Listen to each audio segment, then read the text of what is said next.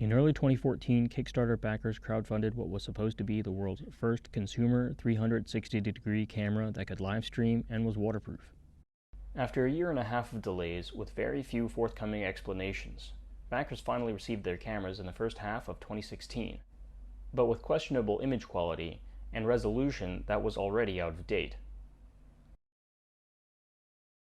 By now you've surely noticed that there's a problem with white balance in the right half of the frame. When I brought this to Giroptic's attention, this was their response.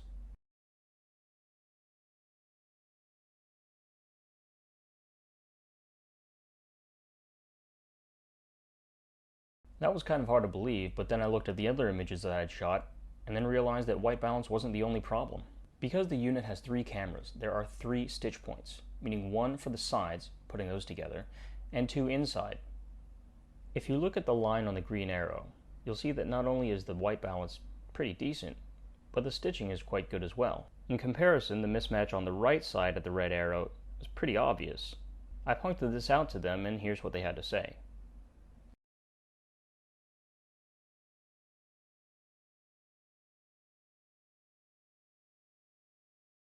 These images are put together automatically in camera. YouTube and Facebook have nothing to do with aligning them or balancing their color, so there's actually no way to rescue the images after the fact. I gave them as many examples as I could, but here's what they had to say.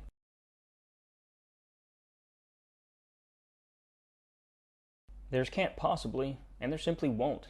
I think the answer is pretty clear here. They simply won't. As of August of 2016, the Giroptic is still listed as pre-order, so what's the alternative?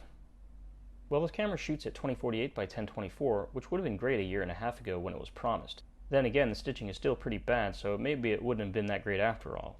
But the Samsung Gear 360 is already available and shoots at 4K, nearly double the resolution. And quite honestly, it shows. Resolution is a pretty big deal because one of the main uses is virtual reality. And in virtual reality, you need to take those pixels and stretch them high and wide. So the more pixels you start out with, the better your final image is going to be.